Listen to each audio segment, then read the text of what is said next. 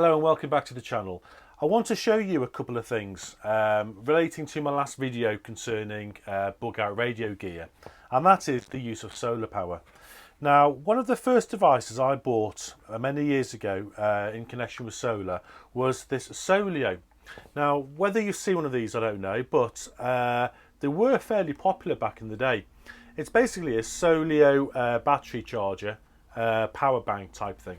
So you know how I showed you this earlier? This is a 5 volt USB battery bank.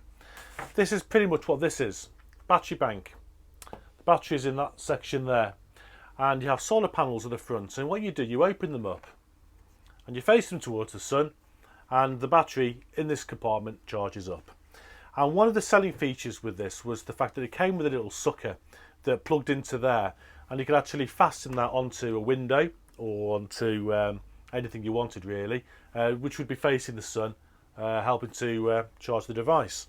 Also, using a pen and the hole you got there, you could pop it in and point it up at the sun like so. So it was a bit of a novelty really, but compared to some of the other cheaper models that were out there on the market at the time, and we're talking probably about 10 years ago, this is one of the better ones because I had the extra solar panels on. We had Maplin Electronics did a smaller version which had two detachable solar panels which plugged into either end of the battery, and it was terrible. The battery didn't last all that long, and the solar panels just weren't sufficient enough to charge the device. It was an absolute waste of time. So I tried many of them. Now, the advantage of them back in those days was that telephones, they weren't smartphones, they were dumb phones. And I think I had an Sony Ericsson phone I had that charged up, and it would last a day or two, several days on a single charge. So something small like this would be okay because this would take several days to charge, which would mean your battery's going to last okay on your telephone whilst this is still charging. But if you want to charge more than one device, it's not going to do it. But the thing I liked about this was that you could actually have this charging from the sun at the same time as using it. So there'll be occasions, and especially with this one here, where if you plug this into charge, as soon as you do, it cuts off the output. With this, it doesn't. The output will continue. So if you've got pretty much low or no power in this at all, you can be lying on the beach and you can plug your device into here, have this opened, looking at the sun, and it would still charge. And that was a very, very useful feature of this particular device. Not only could you charge it from the sun, but it comes with a power adapter.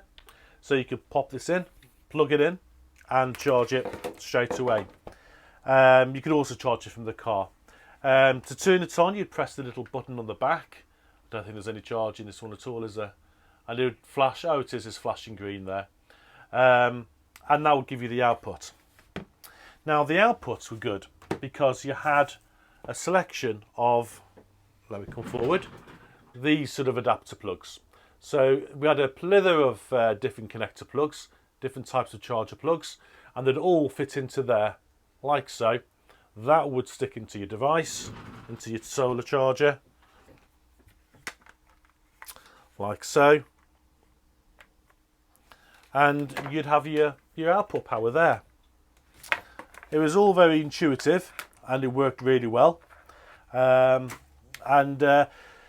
the phones that we used in those days, it was okay. It did the job. It was always best to be able to charge your phone properly in the hotel room overnight, but for during the day, it got you through. And then you've got various other adapters with this one. So you had this one here that was fixed to a USB output. So again, that would plug in into the device, and then you plug your USB device into there. If you didn't want to use a USB device, you even had a 12 volt cigarette lighter adapter. Now, this has got a little circuit inside here that steps the transformer. So it's like a stepper transformer.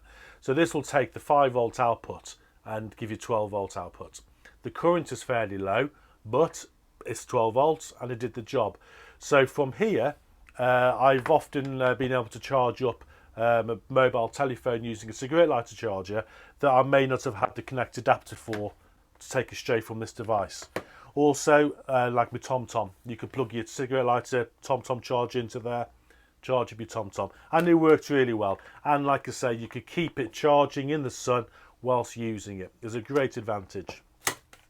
Problem is, it becomes quite quickly it becomes dated because, like I say, there's just not enough power there to give your smartphone a good charge.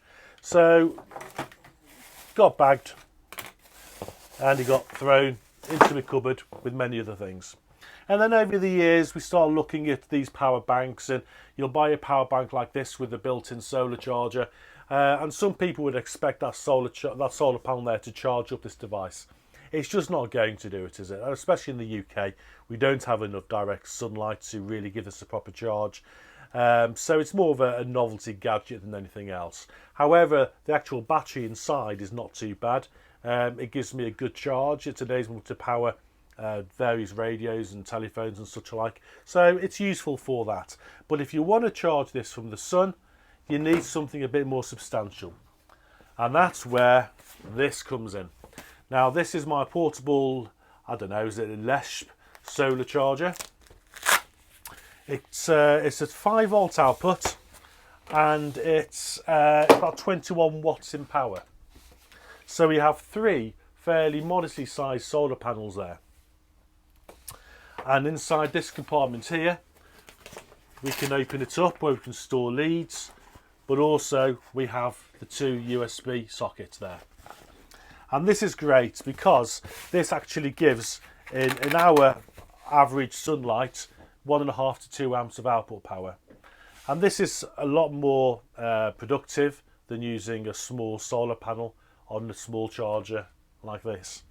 So using both together, plugging my lead straight into the output of the solar charger, straight into the battery pack, will then charge that battery pack up, regardless of what this solar panel's doing. And this can easily rest on your windscreen of your car, either inside or outside of your car, or rest it on the patio, or rest it on the beach, wherever you want to. It's probably not quite as convenient to carry around as some of the smaller devices, but certainly if you're after the power, then you need something more like this. You're not going to get anything for nothing.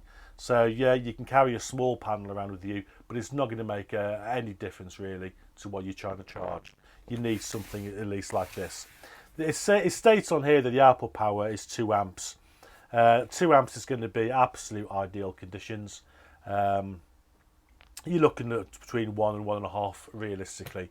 And if you're going to be wanting it to charge throughout the day, then obviously clouds and the weather changing, you know, you're not going to get a constant 2 amps. But this is fantastic for what I use it for. Now, I did a video not so long back charging Baofeng radios using this. Unfortunately, I no longer have the footage. However, I'm going to just set up now exactly how I would set it up out in the field.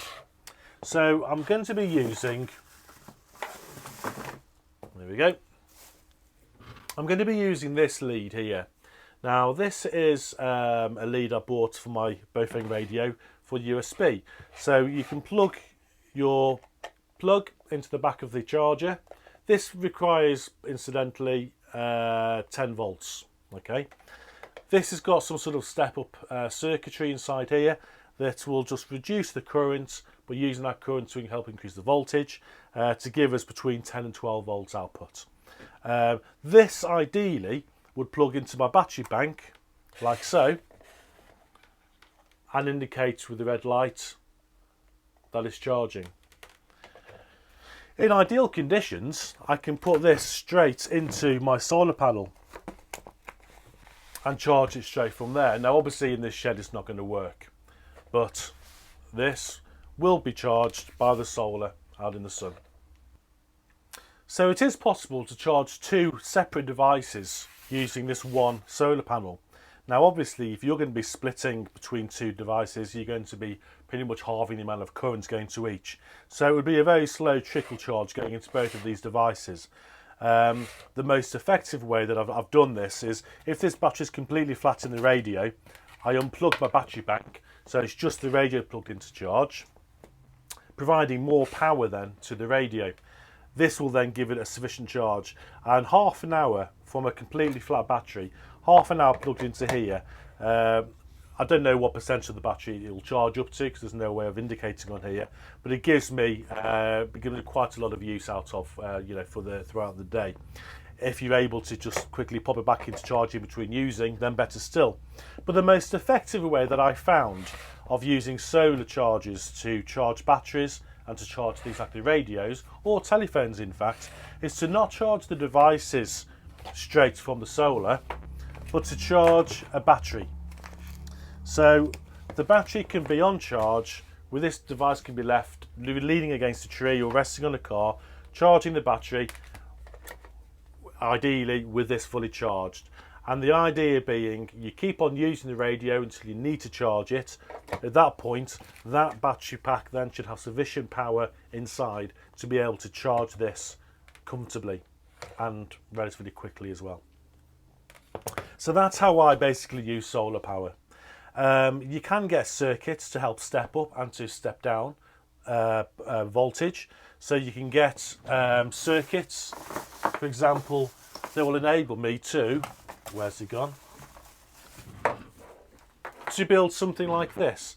So I could put a circuit in line here that will give me the 12 volts output, cut this off, put a USB plug on there, stick it in, and it'll give me 12 volts output.